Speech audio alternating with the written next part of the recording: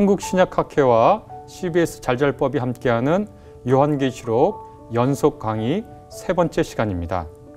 장로 요한은 계시록을 쓰면서 이 책이 예수님의 계시라고 말했습니다. 또 자신의 말을 예언의 말이라고도 하였지요. 그런데 계시록을 열어보면 2장과 3장에서 7교회에게 편지를 보냅니다. 왜 보냈을까요? 그리고 왜 하필 7교회일까요? 오늘은 평택대학교 교수이시자 한국신약학회 총무이신 이상목 교수님을 모시고 2장과 3장에 있는 편지들에 대한 이야기를 해보도록 하겠습니다. 교수님 안녕하세요. 네, 안녕하세요. 제가 첫 번째 드린 질문, 왜 하필 편지를 보냈나? 그것도 또 7교회만 보냈나? 거기에 대해서 좀 답변해 주실 수 있으신지요? 예. 7교회를 택해서 편지를 보낸 것은 반모섬에 갇혀있는 요한이 할 수 있는 유일한 커뮤니케이션 방법입니다. 예, 고대 사회에서 의사소통할 수 있는 방법은 편지가 거의 유일하겠지요. 그래서 반모섬에서 갇혀 있으면서 계시를 받은 요한은 편지를 써서 자신의 권위를 받아들였던 소아시아 교회에 전할 수밖에 없었습니다. 그 다음에 7교회를 택한 이유는 7교회가 갖고 있었던 자체의 문제뿐만 아니라 주변 다른 지역의 교회들에게도 예가 되는 그런 교회들이었습니다. 그래서 다른 교회들한테 예가 되는 교회를 선택하여서 그런 문제를 다루고 다른 교회들도 그것을 통해서 어떤 메시지를 간접적으로나마 받기를 원했을 것입니다. 그래서 각 편지를 끝마칠 때마다 요한의 편지 내용에는 이렇게 써 있습니다. 성령이 교회들에게 하시는 말씀을 들으라 라는 것이지요. 예를 들어 에베소 교회 편지를 써도 그 마치는 말은 교회들에게 하는 말씀을 들으라는 것입니다.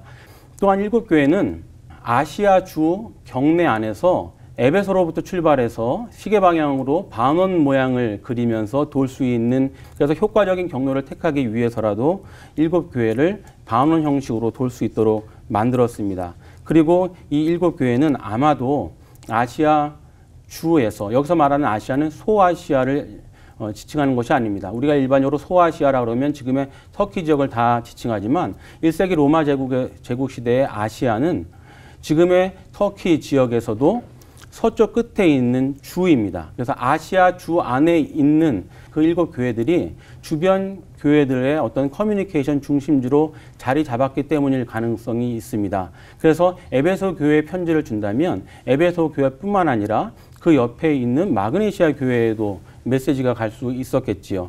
라오디게아 교회에 편지를 주면 그 옆에 있는 히에라볼리에 있는 교회에도 메시지가 갔을 것입니다. 그런 식으로 어떤 소통의 연결망들이 1세기 교회 안에 이미 형성돼 있다고 보는 것이 타당하겠습니다. 간혹 우리가 이 7교회는 역사상 7개의 시대를 지칭하는 그런 의미가 있다라고 우리가 배운 적이 있습니다. 저도 어렸을 때 그렇게 배우면서 신앙생활 했는데요. 그렇지만 그렇게 시대를 나눠서 7교회가 각각의 시대를 가리키는 그런 교회로 선택되었다라고 이야기보다 이 7교회는 당시 1세기 아시아주와 소아시아 지역의 크리스찬들에게 필요한 메시지를 전달하기 위해서 선택되었고, 또 이 7교회에 전해진 메시지는 그 동시대의 다른 지역에 있는 교회들, 또 시대가 다르게 지금 오늘날에 있는 교회들에게도 메시지를 전하는 그런 교회로 선택되었다고 생각하는 것이 이 계시록을 이해하는데 좀 더 자연스러운 이해, 좀 더 합리적인 이해가 되리라 생각합니다. 네, 그 2장과 3장에 있는 편지를 보면은요, 그 교회들을 격려하고 칭찬하고 또 위로하고 그런 내용도 있는데, 일단 눈에 띄고 가장 많이 나오는 것이 주의를 기울여라 이렇게 하는 경고의 말씀이더라고요. 특별히 그 중에서도 우상 제물과 음행의 문제를 아주 집요하게 계속해서 문제 제기하고 있는 그 글을 봅니다. 왜 하필 이 우상 제물과 음행의 문제를 얘기하는지, 우상 제물과 음행이라는 것이 도대체 무엇인지 설명해 주셨으면 좋겠습니다. 예, 우상제물과 음행이라고 표현하지만 좀 더 구체적으로 얘기하면 우상제물을 먹는 것을 얘기합니다. 당시는 여러 행사를 통해서, 축제를 통해서 이 교회 여러 행사들이 열렸습니다. 그래서 그냥 단순히 축제에 참여하거나 아니면 어떤 의식에 참여하거나 어떤 게임을 관람하거나 하고 난 이후에 그 모인 사람들한테 분배되었던 음식을 나누어 먹은 것을 의미할 수도 있습니다. 그 다음에 이 음행이라는 것은 그런 이교 행사에 가서 이교 행사에 참여함으로써 영적으로나 신앙적으로나 하나님만을 섬기는 어떤 일신론적 그런 신앙과 어긋나는 행동이기 때문에 그것을 음행이라는 성적인 언어로 표현하고 비판한다고 볼 수 있습니다. 가령 17장에 등장하는 바벨론, 음녀라고 표현되는 그 존재와 여러 지상의 왕들의 관계도 음행의 관계로 표현되거든요. 그 다음에 이세벨과 같은 사람을 비판할 때도 그와 더불어 간음한 자들을 회개하라고 촉구합니다. 이세벨이 교회 안에 많은 사람들과 실제적으로 육체적인 관계를 맺었다기보다 이세벨의 가르침 때문에 영적인 상태가 하나님만을 바라보는 순수한 믿음에서 떨어졌다라고 이해할 수 있지요. 그러면 참 이런 질문이 연이어서 생각이 나는데요. 왜 그들은 그렇게 했을까요? 신앙을 갖고 또 예수 그리스도를 믿는 믿음 아래서 모인 교인들이 왜 우상제물을 먹는 일과 음행이라고 비판받는 그 일을 계속 저지를 수밖에 없었는지요? 그들의 믿음이 그냥 그렇게 약했기 때문인가요? 예, 그들의 믿음이 약했는가는 또 다른 문제입니다. 왜냐하면 초기 교회 안에서 이 우상제물에 대한 생각들 또는 신학적인 견해들은 여러 가지 다양성을 보여줍니다. 예를 들어 우상제물을 절대적으로 먹으면 안 된다는 의견도 있겠지만 또 어떤 사람들은 우상제물을 먹을 수 있다고 생각했습니다. 바울이 고린도 전서에서 기록하듯이 고린도 교회의 일부 사람들은 우상은 본래 아무것도 아니다. 우상의 존재는 원래 없는 것이고 우리에게 아무런 영향을 미치지 못한다라고 생각했지요. 그러한 신학 갖고 있고 그러한 신앙을 고백하는 사람들에게 우상제물을 먹는 것은 아무런 문제가 되지 않을 것입니다. 거기에 플러스 1세기 소아시아 지역의 크리스찬들이 살아가기 위한 사회적 생존을 위해서 우상제물을 먹는 것은 필요한 여러 가지 사항 중에 하나였다고 우리가 알 수 있습니다. 왜냐하면 당시는 종교, 사회, 정치, 경제 이런 사회 영역들이 다 구분돼서 나누어지지 않았습니다. 종교는 정치에도 경제에도 사회 곳곳에도 스며들어가 있어서 일상생활이 종교적인 어떤 함의를 갖고 있는 그러한 일들로 가득했기 때문입니다.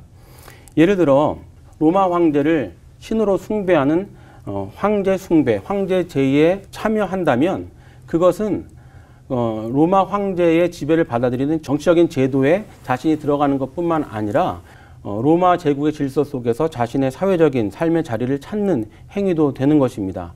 그런 것들을 통해 그 사회 안에서 자신이 살아갈 수 있는 방편도 마련할 수 있는 것이지요. 실제로 우리가 1세기나 2세기 문헌들을 살펴보면 이 우상제물을 먹는 것 또는 이교 행사에 참여하는 문제에 대해서 유대인이나 크리스천들을 향한 비난을 우리가 발견할 수 있습니다. 예를 들어서 유대인들은 이교 행사에 참여하지 않기 때문에 인류애를 상실한 자, 편협하고 반사회적인 자라고 비판받기도 했습니다. 또 2세기 초에 이 아시아주에서 얼마 떨어지지 않은 같은 소아시아에 있는 비티니아의 총독인 플리니가 황제 트라이아누스에게 전한 행정서신을 보면은요, 이 크리스천들을 어떻게 처리할까라는 지침을 이제 요구하는데요. 황제 트라이아누스는 일반적인 지침을 마련하는 것은 불가능하니 크리스천을 색출하지 말라고 얘기합니다. 색출하지 않는 대신 누군가 고발하여서 법정에 끌려왔을 때 크리스천이라는 것이 밝혀지면, 다른 말로 하면 로마의 신들에게 예배하고 숭배하는 행위를 거절한다면 그때는 크리스천으로 확정하고 처벌하라고 얘기합니다. 이런 상황들은 이 크리스찬들이 이교 행사에 참여를 거부하거나 로마 제국의 정치적인 종교적인 질서를 받아들이지 않으면 언제든지 사회적인 정치적인 또 육체적인 위험에 빠질 수 있는 그런 분위기들을 보여주거든요. 그런 속에서 내가 계속해서 이 땅에서 크리스찬으로 살기 위해서는 어느 정도 이 사회의 제도 속에서 자신의 자리를 찾는 것이 필요했습니다. 그리고 우상은 본래 아무것도 아니라는 신학적 확신이나 신앙적 고백은 제국의 이교 행사에 참여한다 하더라도 그것은 나의 크리스찬 정체성, 크리스찬 신앙에 큰 문제가 되지 않는다는 그러한 생각들을 갖게 됐지요. 그런 것들이 겹쳐지면서 1세기 교회 안에서 우리 21세기 크리스찬들이 좀 이해하기 힘들 만큼 적지 않은 수가 이교 행사에 참여하거나 우상제물을 먹는 그러한 일들이 있었다고 볼 수 있습니다.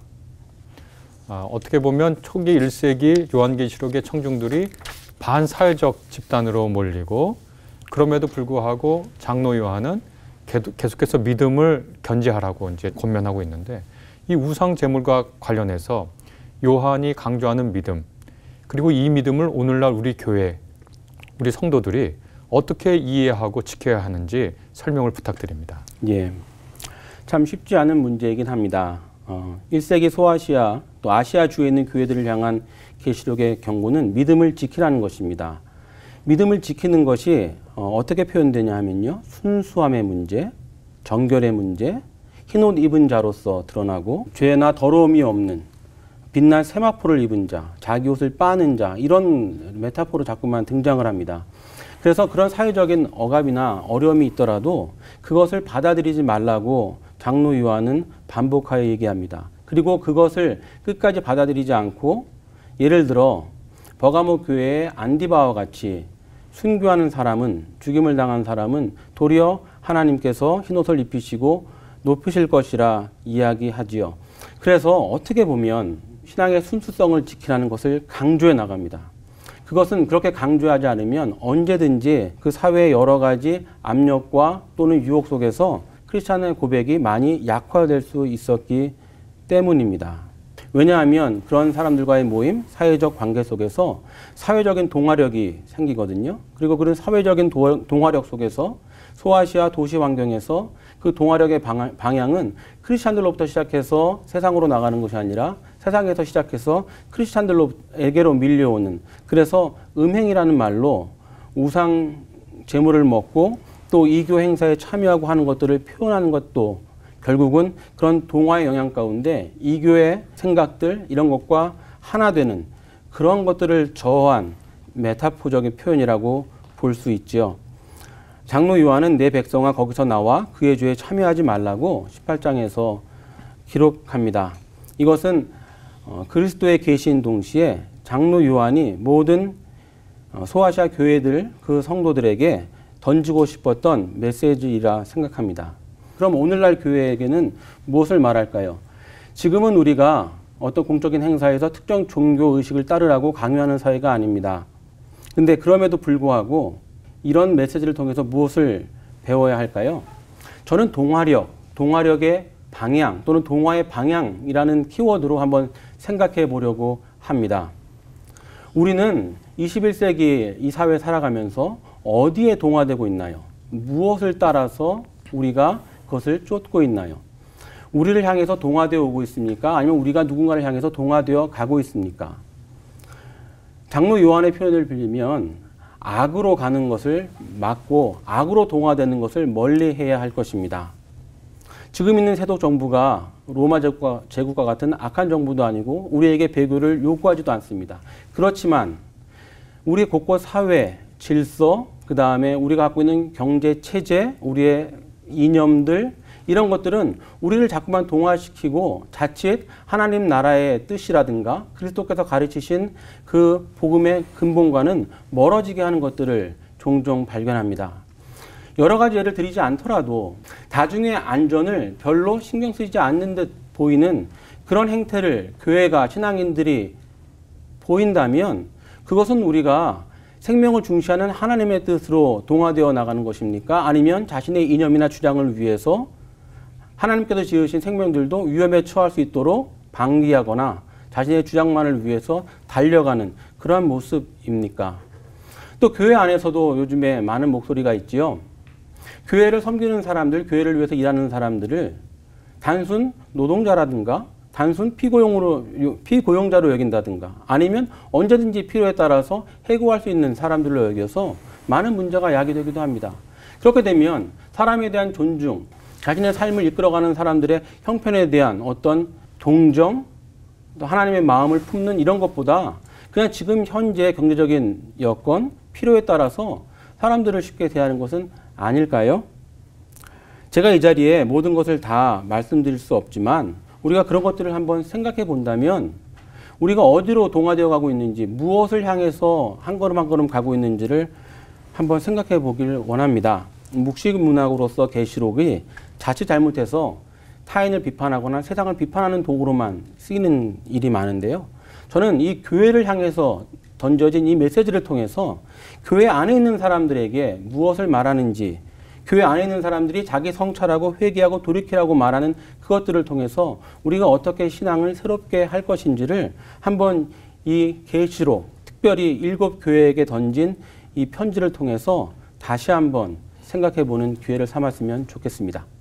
네, 오늘 말씀 아주 잘 들었습니다. 계시록 2장과 3장에서 계속 장로요한이 우리에게 촉구하는 그 믿음의 순수성이 오늘날 어떻게 해석되고 이해되어야 하는지 이상목 교수님께서 잘 말씀해 주신 것 같습니다. 교수님 감사합니다. 감사합니다. 시청해 주신 여러분 감사합니다.